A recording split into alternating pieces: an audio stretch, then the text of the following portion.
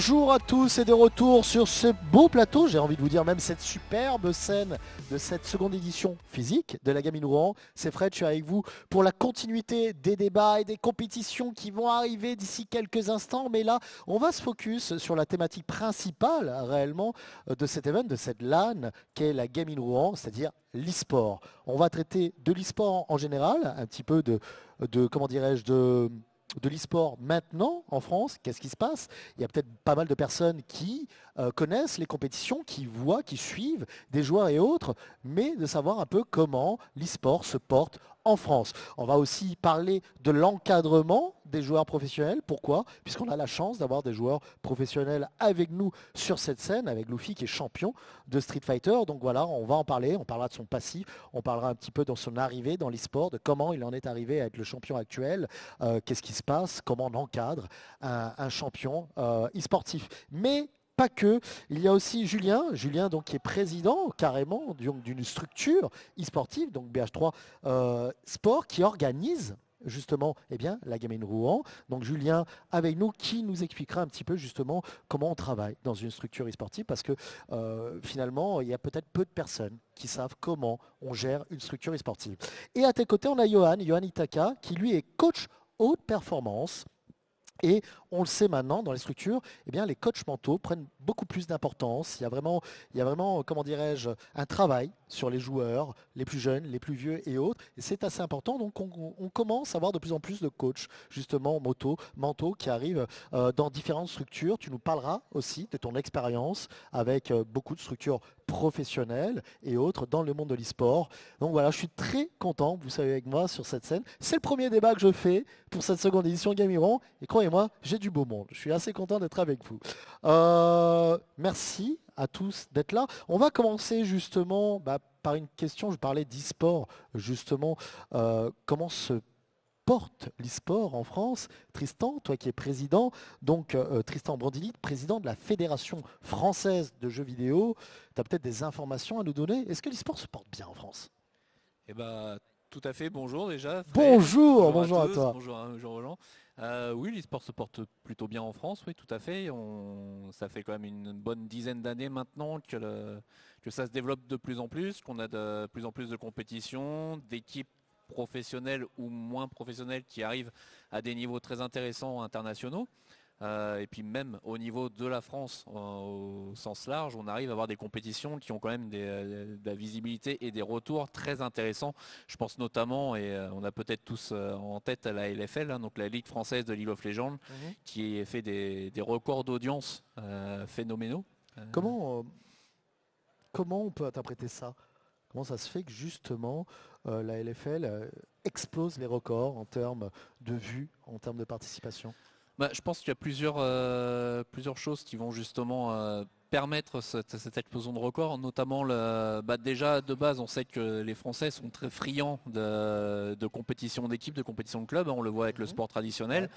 On a également maintenant depuis quelques années, hein, des influenceurs qui se sont mis à créer eux-mêmes leurs propres équipes à l'image de Kameto justement, Kameto, on et pense la à Carmine Corp, Gentlemate hein. avec Squeezie justement Gentlemate exactement aussi. Ouais. et Gotaga très récemment effectivement. Ouais. Donc forcément, quand un influenceur de cette notoriété ouvre une structure, et ben on va avoir aussi plus de fans. Et donc forcément, sur ces compétitions-là, on aura beaucoup plus de visibilité et beaucoup plus d'audience que ce qu'on pouvait avoir avant.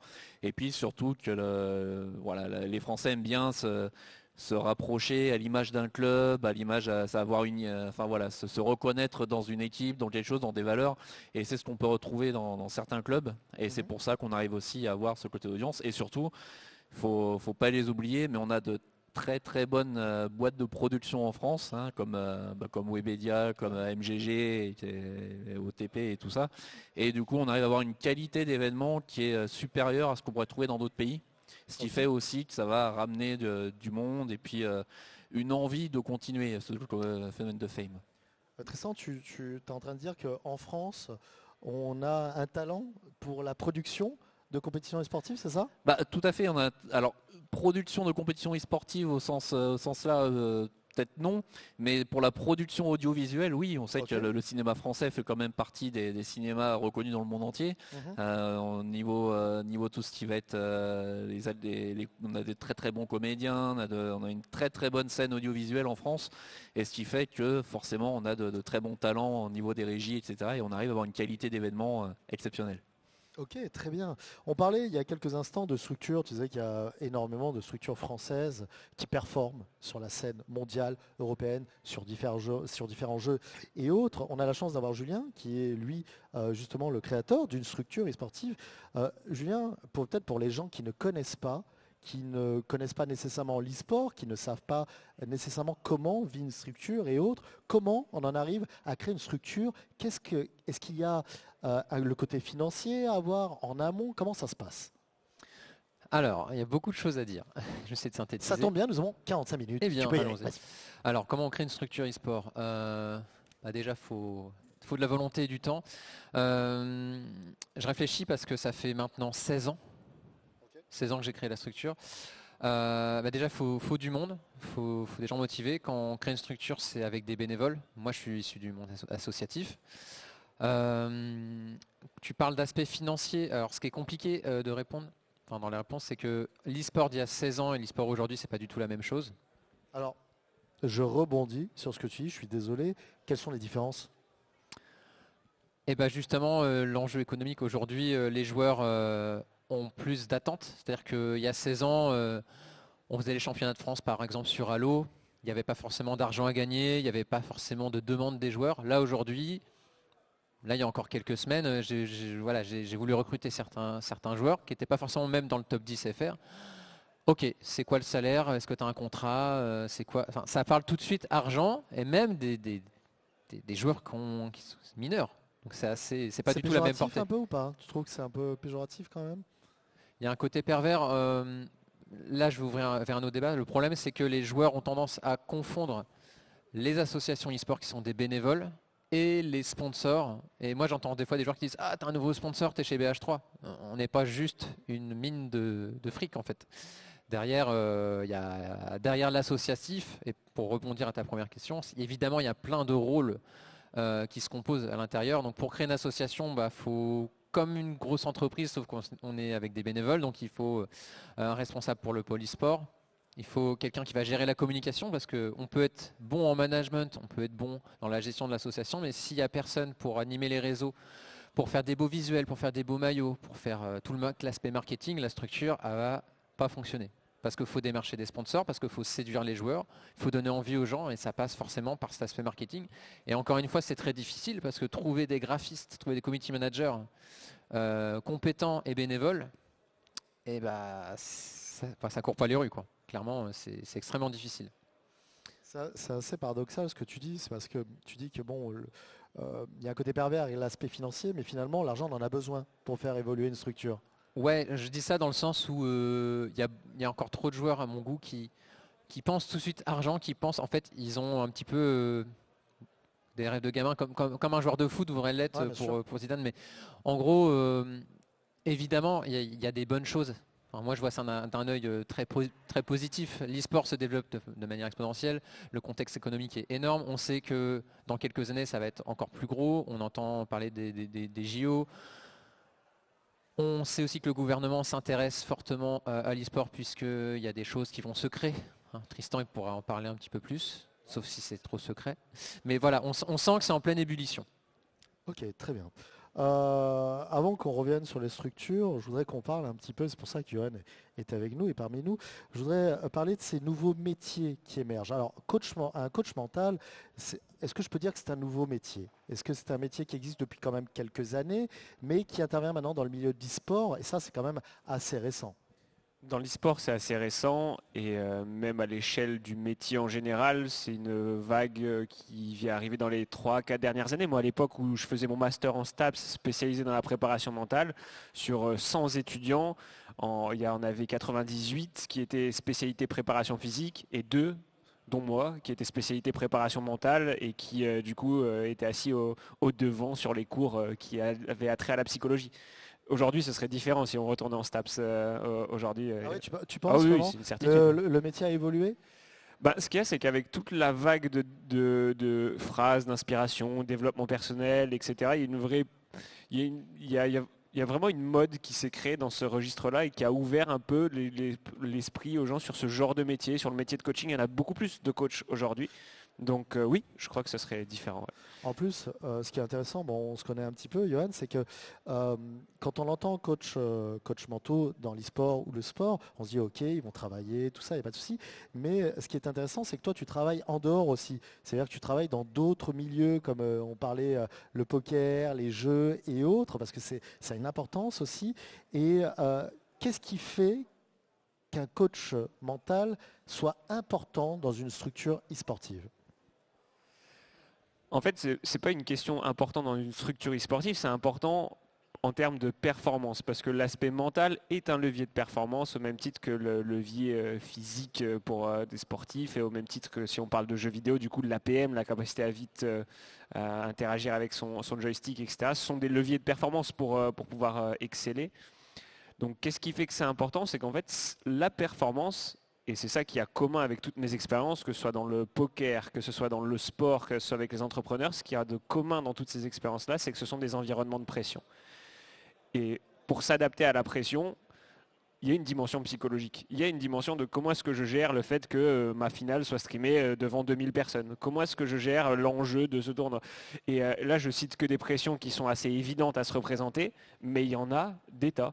Et cette compréhension et cette capacité à changer dans les mêmes circonstances, du coup, de façon de penser, de façon de se sentir, est un levier de performance. Et mon expertise, c'est celle-ci. À quel point on peut maîtriser ses pensées, à quel point on peut se maîtriser soi-même pour exceller dans les environnements de pression. Alors comment tu peux nous expliquer un petit peu justement ce travail, quand tu travailles avec des jeunes en groupe et autres, comment tu procèdes en fait? Bien sûr, pour rendre ça simple et digeste, on pourrait illustrer ça en 3 étapes. Il y a toute une étape de on répare pas un moteur sans savoir comment il fonctionne. Donc quelque part, la première étape, c'est toujours soulever le capot de la voiture et voir dans ta façon de fonctionner, c'est quoi tes patterns de pensée ou tes patterns émotionnels, les choses qui se reproduisent en fait dans ta façon de fonctionner. Et c'est très intéressant de discerner de ce qui est limitant et de ce qui est facilitant. Qu'est-ce qui t'aide finalement quand tu es en train de jouer et tu es en train de faire ta performance? À quel moment tu as des pensées qui peuvent te faire perdre en termes de compétitivité, ou quelles sont les façons de penser et de se sentir à l'inverse qui t'en font gagner. Donc ça permet de repérer où sont les dysfonctionnements. Si on parle poker, où est le levé, l'expected value, ils appellent ça, c'est là où tu peux gagner de la valeur, quelque part, entre guillemets, en termes de performance. Ça serait la première étape, soulever le capot de la voiture. Deuxième étape, ce serait ok, une fois que j'ai mis le doigt sur ce qui dysfonctionne ou ce que je pourrais améliorer, c'est comment est-ce que je le change. Donc là, c'est toute la dimension en termes d'attitude, de changement de façon de fonctionner, de reprogrammation. Et donc pour ça, il y a état de gymnastique mentale. En fait, de la même façon qu'on peut entraîner un biceps, on peut entraîner une croyance, comme par exemple, je suis assez pour être numéro 1 dans cette... Comme de l'auto-persuasion en fait? Ça pourrait être un chemin potentiel, par exemple. Je vois beaucoup de psychologie quand même dans ce travail. Ah bah évidemment, oui, on est sur l'aspect psychologique et sur le terrain. La différence avec la psychologie, c'est que les psychothérapeutes s'intéressent au passé d'une personne, les coachs s'intéressent à comment est-ce que tu changes pour obtenir ce que tu veux. En gros, tu as un objectif, tu veux être premier à ta LAN. Ok, qu'est-ce qu'on peut changer dans ta façon de penser, de te sentir, qui va t'aider à être plus performant. Donc ça serait la deuxième étape, c'est finalement une étape de créativité. Qu'est-ce qui serait plus juste pour être plus performant? Et du coup, ça, avec mes 10 ans d'expérience, évidemment, je peux guider assez facilement sur ce registre. Et la troisième, ce serait l'entraîner. Comment est-ce qu'on entraîne le mental? C'est quelque chose qui est abstrait et subtil, quelque part. Et en fait, comment est-ce que tu crées une salle de muscu de l'état d'esprit? Je peux te donner un exemple. J'ai un joueur de poker pour le coup, donc je prends exemple dans le poker. Quoique non, on va en prendre un dans l'e-sport. J'ai coaché un joueur justement qui avait ce problème de quand c'est streamé, j'arrive pas à reproduire mon niveau de performance. Et du coup, il avait ce truc de, en fait, il se représentait, où il avait des pensées qui étaient dirigées, pour que ce soit très concret, des pensées qui étaient dirigées vers le nombre de viewers du stream, ça lui popait comme ça l'esprit pendant qu'il était en train de jouer, etc. Et donc ça lui mettait la pression, et ça faisait que ça le déconcentrait, etc. de sa façon de jouer. Et du coup, on est passé par pour qui est-ce que c'est important. Et en fait, je suis allé explorer avec lui quelles sont les personnes pour qui c'est vraiment important, l'image qu'il renvoie. Et il s'est rendu compte, juste par l'échange, etc., qu'en fait, il y a juste quelques personnes pour qui c'est important et que ces personnes-là, en fait, elles ne le jugeraient pas. Et le fait de passer par cette réalisation, cette prise de conscience, et le fait de pouvoir y penser, justement, quand il y avait le truc de je pense au nombre de viewers, mais en fait, les gens qui sont importants pour moi, il n'y en a que quelques-uns, et eux, ils vont pas me juger. Tu vois, ce chemin de pensée-là, ça l'a aidé à pouvoir s'exprimer sur le reste de la perf. Donc, un exemple très concret de changement de façon de fonctionner dans une situation donnée qui a permis aux joueurs de s'exprimer. Toi, Johan, qui a l'habitude de travailler justement avec des sportifs, des joueurs de poker et aussi bien des compétiteurs, des joueurs e-sportifs. Est-ce qu'il y a une différence entre ces trois genres de compétiteurs? Est-ce qu'il y a un travail différent à chaque fois ou tu te rends compte que finalement entre un joueur sportif, tu vas utiliser les mêmes méthodes? C'est une très bonne question parce que les deux réponses sont possibles. Il y a à la fois plein de choses en commun parce qu'on est tous des êtres humains et peu importe l'environnement dans lequel on met, on a des façons de fonctionner. Le fait par exemple la pression, l'enjeu nous touche tous, donc peu importe que ce soit au poker, au sport, je veux dire cette mécanique-là elle existe.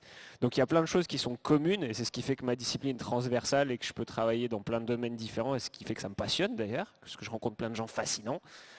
Et ce qui est différent, c'est la nature des pressions que fait peser le jeu. Par exemple, au poker, il y a une pression qui est différente de fait de mettre son argent au milieu de la table et le fait de potentiellement cet argent tu peux le perdre.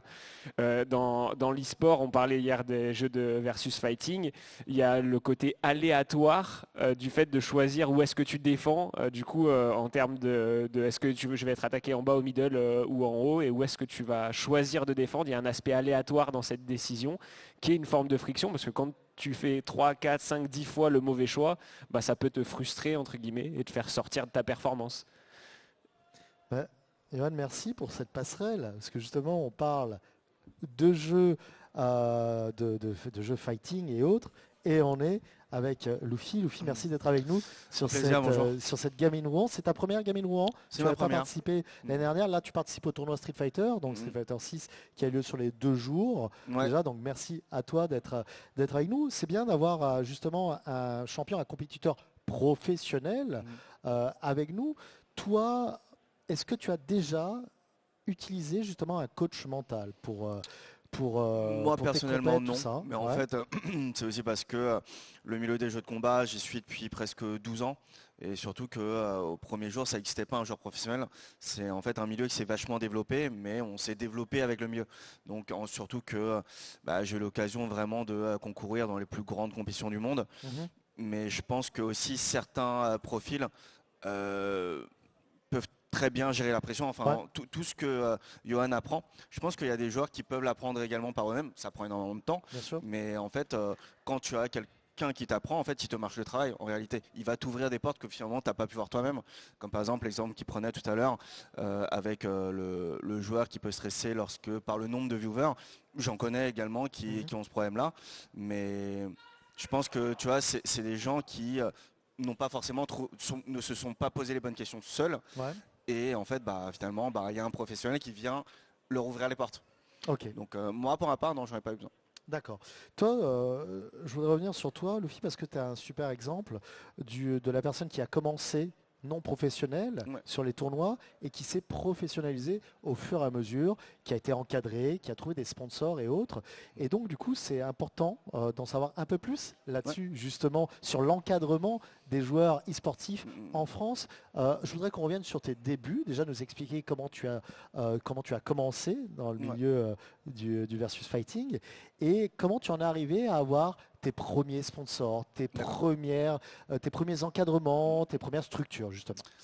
Alors à mon sens déjà, en fait toutes les scènes e-sport fonctionnent de la même façon. C'est-à-dire que on va jouer au jeu, au sein du jeu tu vas avoir un ladder avec un mode compétitif ou non.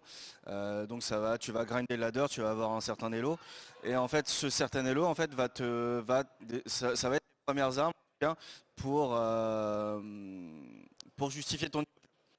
Parce que n'importe quelle structure, imagine t'arrives, le mec il a aucune donnée sur toi, jamais il va se dire bon je te prends, sauf évidemment c'est ton pote qui a ouvert sa structure. Tu te connais bien, quoi. Voilà.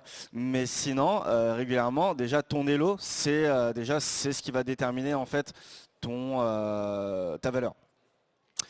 Ensuite, ça va être très régulièrement de participer à des événements, à des compétitions online ou offline. Par exemple, là aujourd'hui, à la Gaming Rouen, il y a des structures qui sont là pour participer aux diverses compétitions.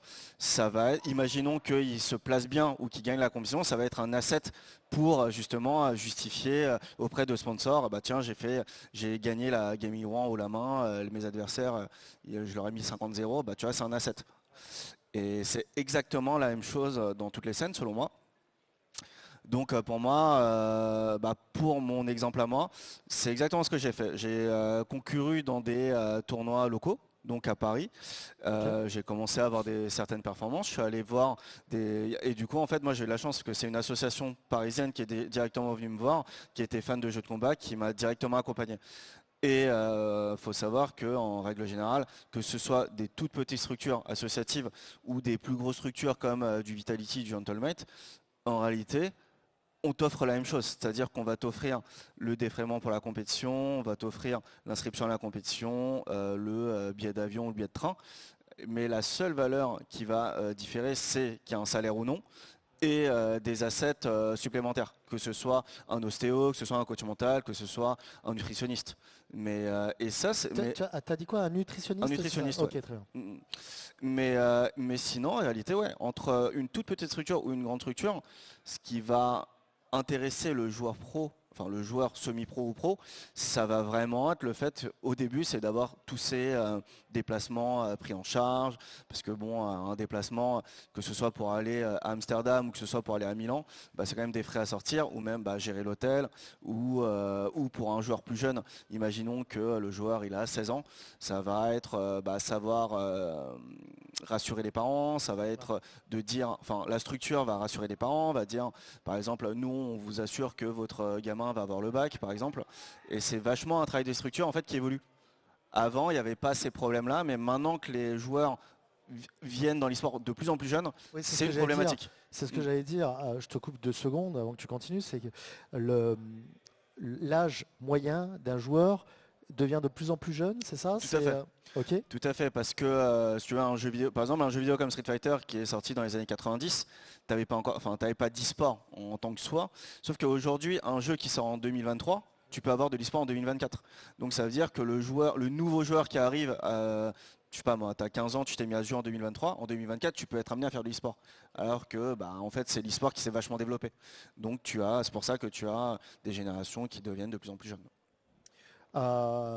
Ensuite, après, quand on est professionnalisé, entre guillemets, comment on en arrive à trouver des partenaires et autres qui vont t'encadrer? Et surtout, un sujet qui est assez tabou, c'est bête, hein, en France, c'est l'argent, c'est savoir est-ce qu'il y a un salaire tous les mois? Comment ça se passe justement quand on est joueur professionnel? Alors déjà, par exemple, à ta première question, comment trouver un sponsor? Tu as différents canaux. Donc ton premier canal, en 2023, en tout cas, les canaux les plus importants, ça va être du streaming, parce que maintenant, un joueur pro ne doit pas être, c'est pas uniquement affilié à son skill pur, c'est également lié à son influence.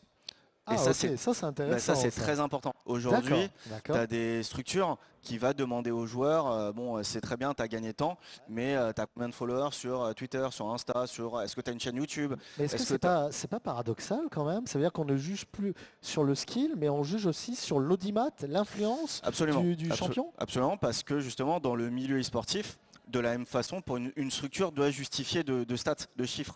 Parce que lorsque tu vas chercher des sponsors endémiques ou non endémiques, tu dois justifier, tiens, si tu me donnes tant d'argent, moi je te justifie tant de visibilité. Parce qu'en fait, une structure e-sport, pour une marque comme Kinder par exemple, ça va être du marketing. En fait, du coup, c'est ce qu'ils veulent, c'est de la visibilité.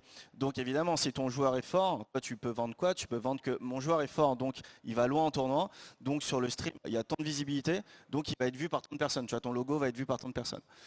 Donc c'est vraiment ce que tu vends. Donc tu vends de l'influence également. Donc un joueur pro maintenant, il ne peut pas simplement arriver et dire j'ai gagné ça. Il doit arriver aussi avec une communauté qui le suit possiblement, avec tant de visibilité. Et ça, une fonction première, c'est les réseaux sociaux. Donc Twitter, c'est le réseau social le plus utilisé par les gamers. Donc avoir des stats Twitter, ça peut être... Après, c'est de la valeur ajoutée. Donc un mec qui arrive, il met sur la balance, moi je fais des vidéos YouTube qui sont vues par tant de gens, j'ai tant de subs, c'est vraiment des données qui peuvent être importantes, qui peuvent faire pencher la balance vers tel ou tel joueur pour une structure. Ok. Pour ta deuxième question, c'était le niveau du salaire. Oui, en fait, comment ça fonctionne quand on est joueur professionnel? Je ne demande pas un salaire, mais comment ça fonctionne? Est-ce que c'est ta structure qui t'emploie, qui te paye? Quels sont les contrats? Comment ça marche justement? Parce qu'il y a peut-être des jeunes qui seraient intéressés, tu le dis toi-même, des jeunes qui sont intéressés par le milieu de l'e-sport et de la compétition. Mais souvent, on a l'impression que c'est un rêve. Tu sais, c'est un petit peu comme le foot. Sur 2000 joueurs, il y en a peut-être un seul qui va percer. Donc comment ça se passe alors? C'est le cas, c'est le cas sur 2000 personnes, il y a un seul qui a passé. Donc ça montre vraiment la compétition. Pour moi, dans l'e-sport, la compétition, enfin joueur e-sport, je pense que ça doit être le métier le plus dur parce que t'as vraiment, on te demande d'être le meilleur du monde, alors que ta structure, on ne te demande pas forcément d'être la meilleure du monde. Tu peux être la meilleure de ton pays, de ta région. Toi, tu veux être la meilleure, mais là, c'est pas une nécessité en tant que soi. Alors que le joueur, c'est vraiment dur. Du coup, il faut savoir que 100% des joueurs, il n'y en a aucun qui est salarié. On est tous en prestation de service. Donc on est tous en auto-entreprise ou en société. Très bien. Et on fait des factures. Tu voulais réagir justement, Tristan? Justement, réagir sur la prestation de service sur les joueurs, en fait, c'est là où on voit les limites. Donc en préambule, en ouverture, j'ai dit oui, l'e-sport se développe, c'est super, mais on en voit les limites. Et en fait, les limites, ça vient justement à ce moment-là, c'est-à-dire qu'un joueur, contrairement au sport, un sport professionnel, un joueur de basketball ou quoi que ce soit, il a un salaire depuis son club qui a donc des ressources qui permettent de payer tous les mois des charges sociales, tout ce qui va avec. Donc payer en général, c'est 3 fois le salaire. On sait très bien quand on est salarié que on coûte en réalité 3 fois ce qu'on touche à son employeur. Et en fait, le fait de passer en prestation de service, ça va beaucoup précariser les joueurs. Dans le sens où quand tu es auto-entrepreneur, en fait, il y a beaucoup de charges dont tu vas pas cotiser, notamment la charge des retraites. Et un auto-entrepreneur ne va pas cotiser pour sa retraite, pour tout ce qui va avec. Et donc du coup, ça veut dire que quand on va passer, par exemple, Luffy, il a dit que ça fait 12 ans qu'il fait du Street Fighter. Félicitations, c'est pour tout ça. Et peut-être qu'il en a encore quelques années devant lui. Donc peut-être qu'arriver à, je sais pas quel âge tu as, Luffy, mais quand tu arriveras à 40, 45 ans, peut-être que tu auras plus ce niveau, ce style, comme on dit, que tu as actuellement. Et en fait, il va devoir se dire, bon, je vais peut-être changer de métier. Et quand on va reprendre tout son pédigré, toutes ses charges, etc., on va s'apercevoir qu'en fait, il va y avoir 10 ans de sa vie qui vont être un petit peu introuvables. Et donc pour après refaire une carrière et pouvoir toucher une retraite derrière comme il faut, sachant que les salaires des joueurs professionnels ne sont pas mirobolants, auto-entrepreneur, il n'y a pas forcément la même caisse de cotisation que quand tu vas être... il n'y a pas les mêmes conventions collectives en fait. On cotise à quelque chose, mais alors après, est-ce que derrière, il y a tout le pédigré qu'on va pouvoir retrouver? Ça, c'est un petit peu moins sûr. Et c'est là-dessus qu'en fait, on va essayer actuellement, donc en 2023, fin de l'année 2023, on a lancé une commission justement de ce côté-là, en partenariat, et en relation avec des professionnels du secteur et des personnes aussi haut placé, on a envie de dire, certains hauts fonctionnaires.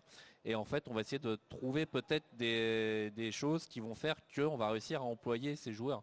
Parce que c'est vrai qu'une structure, on va parler d'une association, comme BH3 par exemple, c'est donc une association d'e-sport qui est très bonne comme BH3 qui existe depuis 16 ans, elle n'aura jamais le budget nécessaire pour pouvoir assurer un salaire à un joueur. Ça, c'est adéquat. Oui, j'allais dire, il y a une notion de budget, mais il y a aussi une limitation juridique. C'est-à-dire que moi, par exemple, dans mon association, je développe aussi un pôle événementiel qui me permet de ramener un peu d'argent pour les joueurs. Mais quand bien même je voudrais faire un contrat, par exemple, e-sport, je n'ai pas le droit. Il faut un agrément pour ça. Oui, une association pourrait, mais il faut un agrément. Donc, qu'est-ce qui se passe derrière? On est face à des prestations de services où Jean-Michel du 36 qui veut des virements PayPal sous le coude, c'est ce qui se fait malheureusement souvent. Moi je refuse parce que je veux être carré à droite et avec la loi, mais il y a un vrai vide juridique en France niveau e-sport, c'est un vrai problème ça. Pour revenir sur ce que tu disais, Tristan, qu'en amont, il y a des choses qui sont en train d'essayer de se faire. Par exemple, tu disais employer les compétiteurs, les joueurs. Toi, Luffy, toi, c'est un truc qui t'intéresserait? Genre, je ne sais pas, imaginons d'être dans une structure qui t'emploierait en CDI en disant, voilà, tu fais partie de notre structure, on va te donner un salaire tous les mois en plus des partenaires. C'est quelque chose qui peut être intéressant? De toute manière, c'est évidemment le plus intéressant en France. Ouais. Lorsque tu as un boulot de salarié, c'est le plus intéressant parce que alors, imaginons que je suis en prestation de service. Si à la fin de mon contrat, j'ai pas de chômage, j'ai rien. Ouais. Si je suis salarié, c'est le cas. Mais moi, je pense honnêtement que c'est très compliqué en fait, c'est très compliqué en e-sport de mettre des contrats, d'être régi par le régime du travail parce que c'est trop aléatoire. Enfin, je sais pas. Surtout si j'ai un CDI et que je suis vraiment à la convention du travail. Étant donné, imagine, je traîne le soir en scrim, mais je suis payé en horaire de nuit. Enfin, comment tu fais ça, tu vois? Imagine, je te pose des congés maladie pendant des compétitions. Et puis même, en fait, pour moi, c'est compliqué. Puis même quelque chose que je retiens, c'est on parle de CDI, mais on connaît tous les carrières des joueurs. Ouais. Souvent, ils ne restent pas nécessairement dans les structures. Ouais, tout à fait. Tu vois, et c'est non, voilà, je pense qu'un genre de contrat, un petit peu qui serait une sécurité, alors peut-être pour ces joueurs, et qui permettrait de cotiser. Mais c'est vrai qu'on dit CDI, mais CDI, ça me paraît infaisable pour des joueurs. C'est juste que, étant donné qu'en France, on paye un employeur doit payer tant de charges, ça va également limiter la compétitivité en fait de la société. En fait, il n'y a pas assez encore d'argent, si tu veux, dans l'e-sport, même pour une structure. C'est fou ce que tu dis. C'est fou ce que tu dis. Quand on se dit, il n'y a pas assez d'argent encore dans l'e-sport.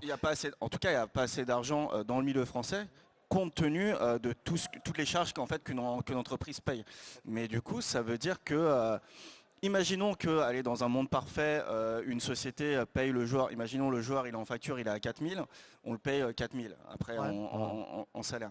Mais du coup, la compétitivité, elle est vachement impactée pour la société. Parce que dans d'autres pays qui n'ont pas du tout les mêmes taxes à payer, par exemple, tu vois, dans d'autres pays, une autre structure, il va dire, moi je te donne 10 000, mais parce que lui c'est facile, il n'a pas de charge à payer. Mais en fait, ça a un gros impact sur la compétitivité des équipes e-sport. Par rapport à la France. Et c'est pour ça, je sais que les grosses structures françaises qui ont tant de pression des charges, en fait, ça joue vachement sur les capacités à recruter des bons joueurs. Parce que les bons joueurs, eux, ils vont aller aux États-Unis, par exemple, j'en sais rien. J'irais même jusqu'à dire, de toute façon, pour les structures en France, l'e-sport n'est pas rentable. Ah oui, tout à fait. Je pense que ça se compte sur les doigts d'une main, les structures.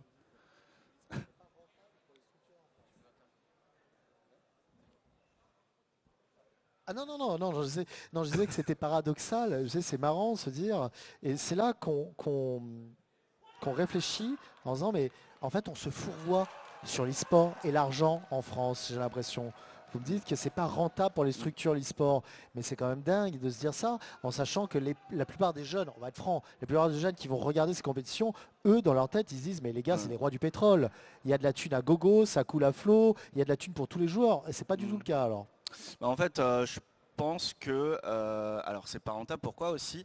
Parce que en fait, la valeur des joueurs, en fait, elle augmente trop vite par rapport au montant qu'il y a dans le milieu. Par exemple, un joueur de League of Legends en LFL, si tu veux, tu as Riot qui peut imposer un certain nombre un certain salaire, mais aussi, en fait, c'est pas comparable parce que les pays ont des écosystèmes différents.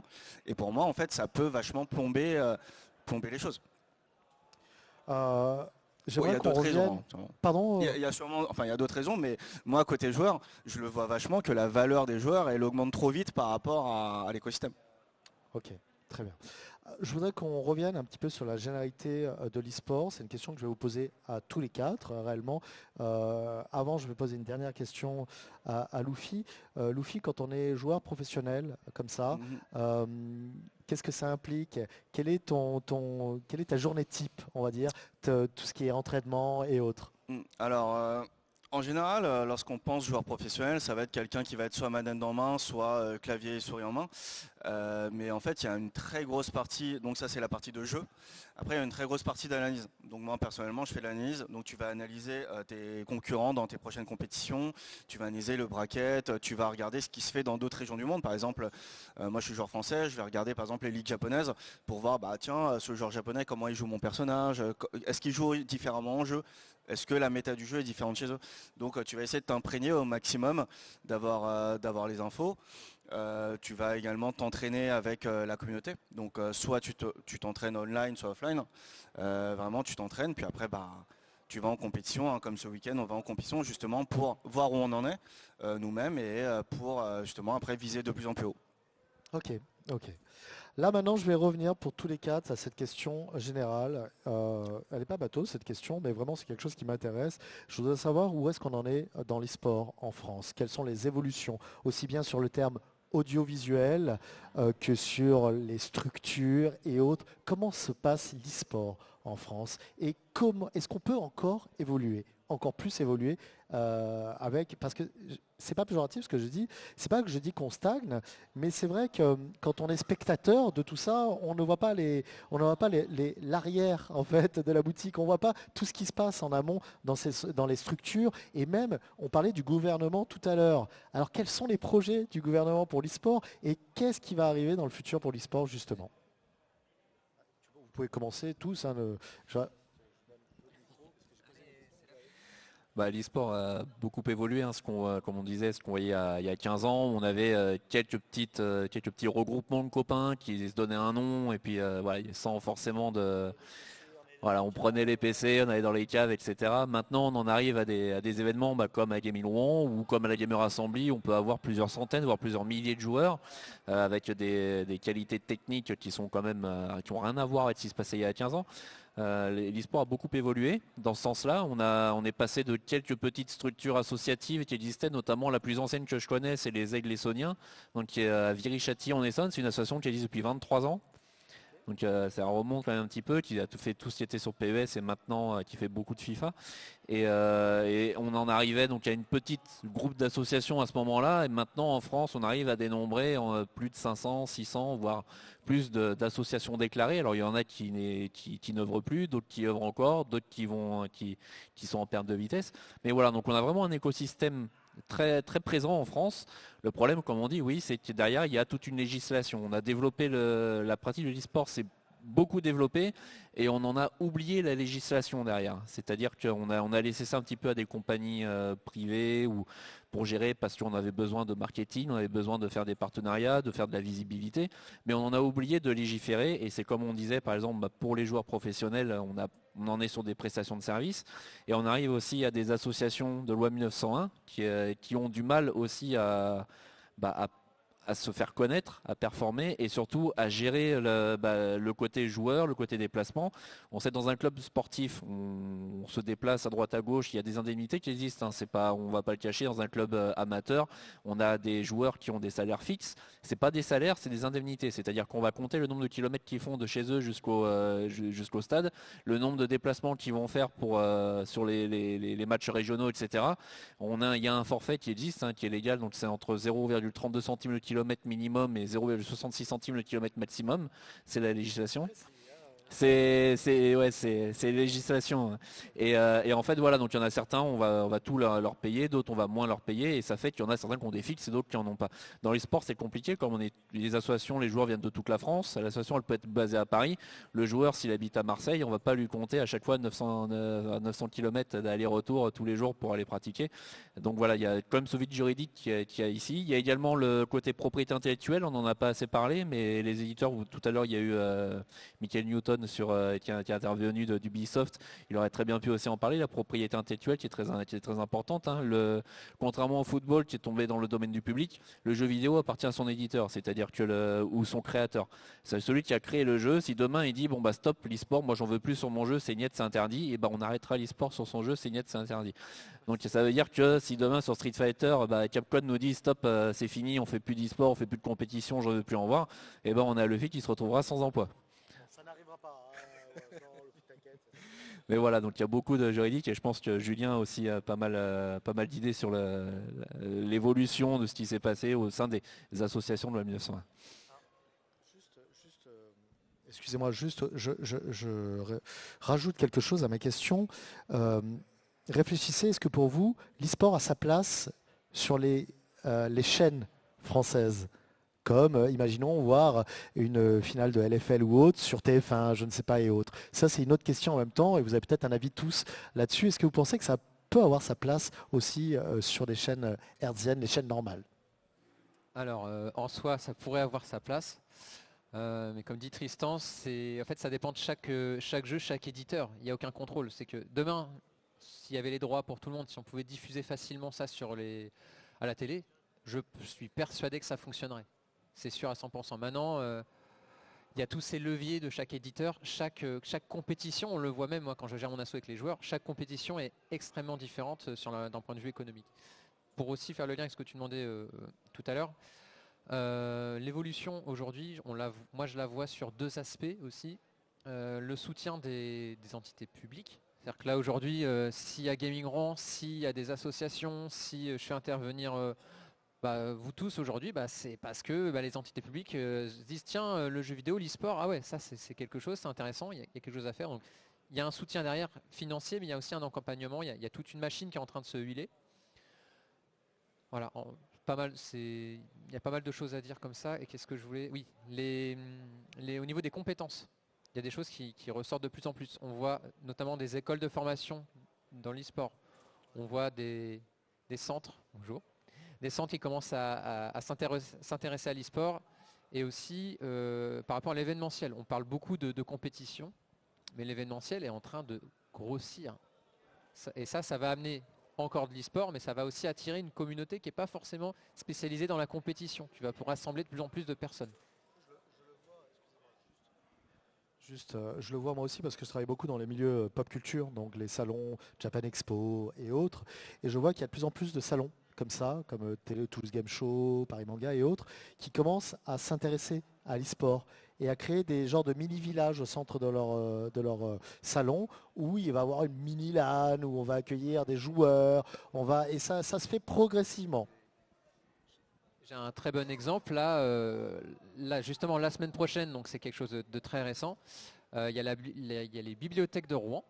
Donc des bibliothèques, pour l'instant on n'a pas trop de lien avec les jeux vidéo ni l'e-sport, qui vont organiser un tournoi Street Fighter avec la présence de Kayane. Je ne suis pas au courant. Et justement parce que ils veulent attirer du monde, parce qu'ils s'intéressent au jeu, ils voient plus ça d'un œil négatif. Ça a toujours été très péjoratif, très mal vu l'e-sport, et là justement le regard est en train de changer. Donc même des bibliothèques organisent des compétitions e-sport. Et si je peux donner d'autres exemples, quand j'ai organisé Gaming Rouen l'année dernière, les semaines, mois qui ont suivi, j'ai reçu peut-être une trentaine de coups de fil des mairies, d'autres associations, des villes, enfin des gens qui connaissaient rien au jeu, qui se sont dit ah mais en fait on voyait pas ça comme ça, c'est intéressant, est-ce qu'on peut organiser un petit tournoi, est-ce qu'on peut organiser un petit salon? Donc là-dessus il y a quand même une grosse évolution. Ouais, pour compléter, dans la direction de ce que tu disais, ça c'est toutes les initiatives finalement des groupes de personnes qui s'approprient et créent quelque chose qui ajoute de la valeur à l'évolution de l'e-sport. Moi, ce que je vois en termes d'acteurs qui ont le pouvoir de faire quelque chose, du coup, il y a la dimension effectivement politique, le fait de soutenir l'e-sport, etc., parce que ça a de la valeur en termes de compétences, de soft skills, etc., parce que ça intéresse du coup la sphère politique et la dimension culturelle qui a connecté aux jeux vidéo. C'est une dimension potentielle. Sinon, moi, ce que je vois, c'est effectivement les influenceurs qui ont quand même des voix qui sont relativement puissantes quand on pense à Zerator, quand on pense à ces personnes-là. On le voit, justement, on en parlait il y a quelques minutes, John Clemate avec Gotaga, Squeezie, toutes ces structures qui sont créées, Kameto, justement, la K-Corp, qui sont créées par des influenceurs à la base sur ces thématiques de jeu. Exactement. Et la dernière chose, et la remarque que nous a fait Luffy, c'est que effectivement la variable argent qui arrive dans l'e-sport est vachement liée à la portée médiatique qu'elle a. Donc effectivement, si on a la présence de l'e-sport aux Jeux Olympiques, s'il y a des chaînes de télé qui se mettent à se développer, etc. En fait, tout ce qui est lié à la captation d'attention et qui donne du temps de cerveau disponible entre guillemets pour des annonceurs, ça augmente mécaniquement l'argent qui vient dans l'e-sport.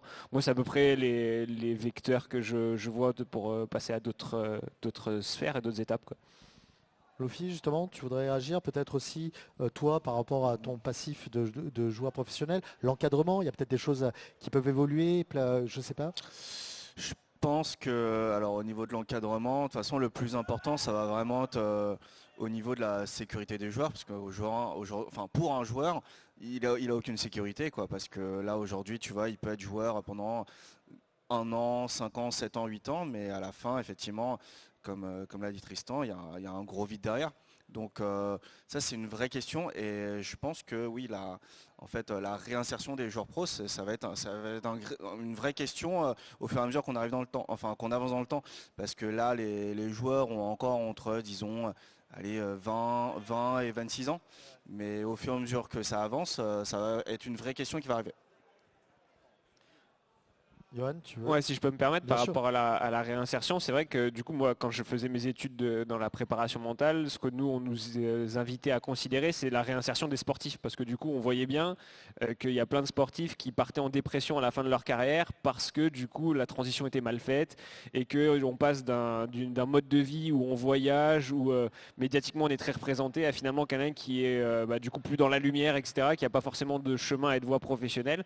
Et ça, on voyait à quel point ça détruisait des personnes et beaucoup de casse en la fin de carrière des athlètes. Et donc c'est quelque chose auquel on nous sensibilisait énormément à l'époque où je faisais mes études, de comment est-ce que tu gères la transition et t'accompagnes la fin d'une carrière d'un athlète.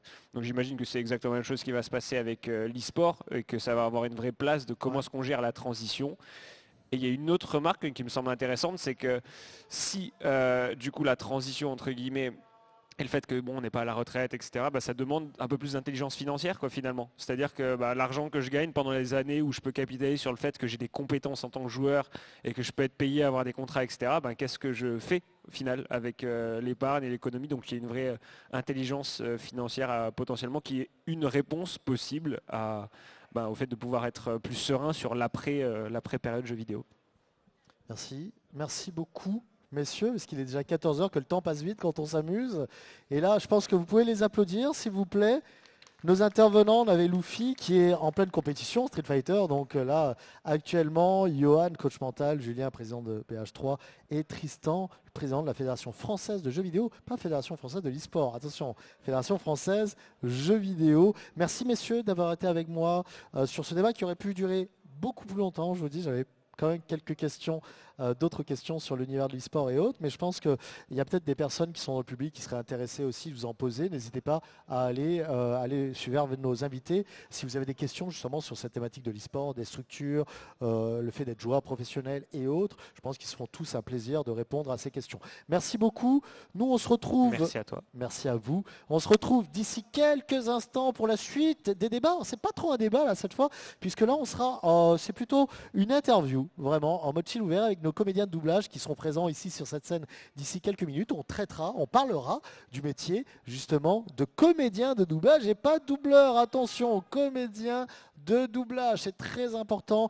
On verra un petit peu leur interaction aussi dans le métier du jeu vidéo et autres. Voilà, il y aura pas mal de petites questions et je vais être même très franc avec vous. Là, comme on est plutôt en mode chill et plutôt en mode interview, on fera comme dans les gros salons pop culture. Vous aurez le droit de poser vos questions si vous le voulez. Donc si vous avez une question pour nos comédiens, vous n'hésitez pas, vous levez la main et on vous passera un petit micro pour que vous puissiez poser justement vos questions. Voilà, merci beaucoup et je vous donne rendez-vous d'ici quelques minutes justement pour notre interview avec les comédiens de doublage ici sur la scène de la Gamine Rouen. À de suite.